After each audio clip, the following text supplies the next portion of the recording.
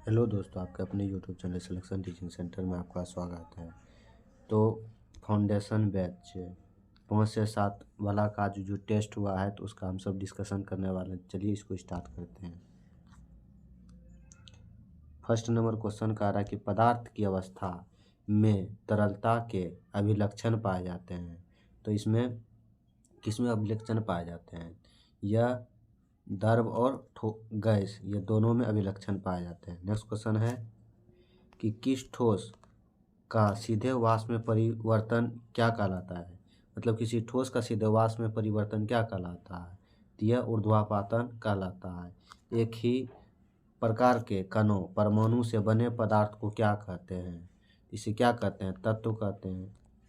Next question है कि परमाणु अविभाज्य है, यह निम्नलिखित में से किसने प्रतिपादित किया था?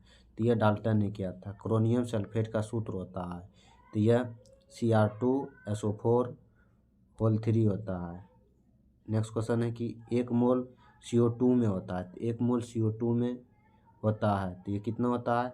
6.02 × 10⁻23 परमाणु होता है। इलेक्ट्रॉन पर उपस्थित आवेश का मान होता है तो यह -1.6 × 10⁻−19 कूलम होता है। नेक्स्ट क्वेश्चन है कि प्रोटॉन किसका प्रतिकर्ण है? तो प्रोटॉन किसका प्रतिकर्ण है? तो ये इलेक्ट्रॉन का प्रतिकर्ण है। वे आयन जिसमें इलेक्ट्रॉनों की संख्या समान होती है उसे क्या कहते हैं? तो उसे सम इलेक्ट्रॉनिक्स कहते हैं।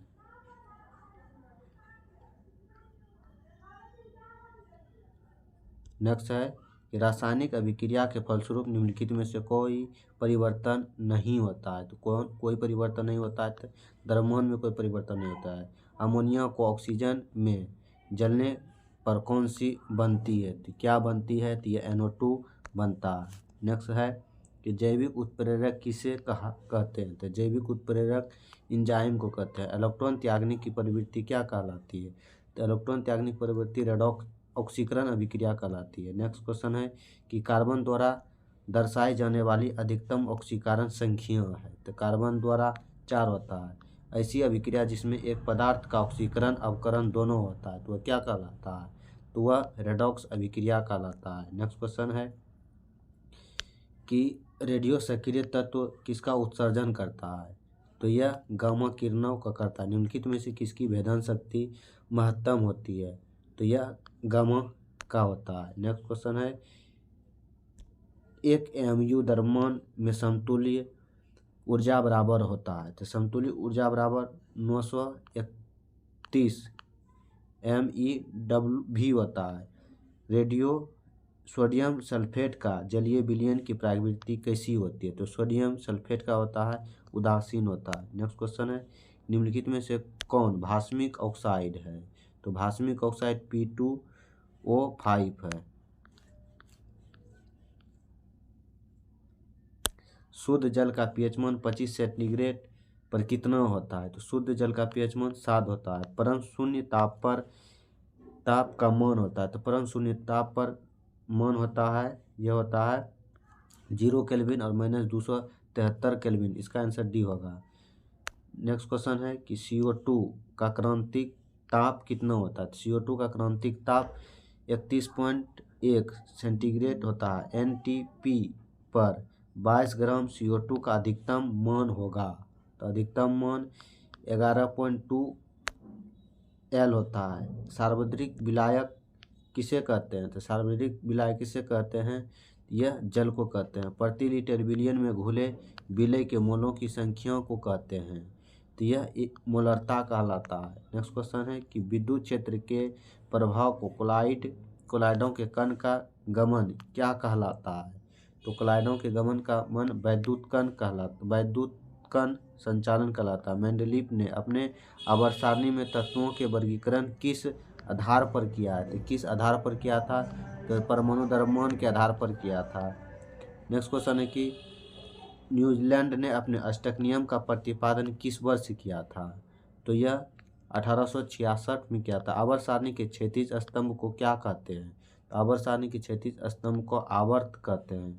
नेक्स्ट क्वेश्चन है कि पृथ्वी के परत से अधिक अयस्क से मिलने अवक्षाम्पिक पदार्थ क्या है?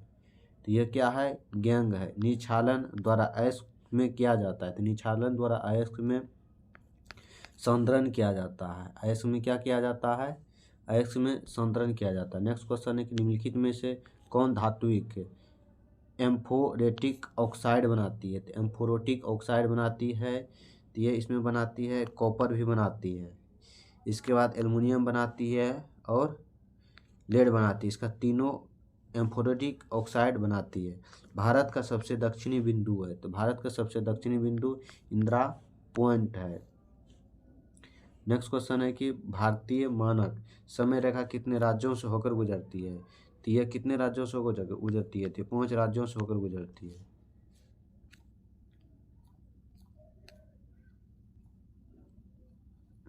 नेक्स्ट क्वेश्चन है कि कोको जल संधि किसके बीच अवस्थित है? तो कोको जल संधि किसके बीच अवस्थित है? तो अंडमान के और म्यांमार के बीच अवस्थित है। भारत का नेपाल के साथ कितना किलोमीटर सीमा स्पर्श करता है? तो यह 1751 करता है। हिमालय की उत्पत्ति किस भूसनती से हुई है? हिमालय की उत्पत्ति टेथिस से हुआ है। शिवालिक श्रेणी का निर्माण हुआ है, तो शिवालिक श्रेणी को निर्माण सेनोजोइक कल्प में हुआ है। भारतीय उपमहाद्वीप मूलतः एक विशाल भूखंड का भाग था जिसे गोंडवाना लैंड कहते हैं। पंजाब हिमालय की अवस्थिति है, यह सिंधु सतलज नदी के बीच अवस्थित है। विश्व की सबसे अधिक तीव्र ढाल वाली चोटी कहलाती है, तो यह क्या कहलाती है? विल्सन चोटी कहलाती है। इसके बाद हिमालय की सबसे दक्षिण श्रेणी है, तो हिमालय की सबसे दक्षिण श्रेणी शिवालिक है।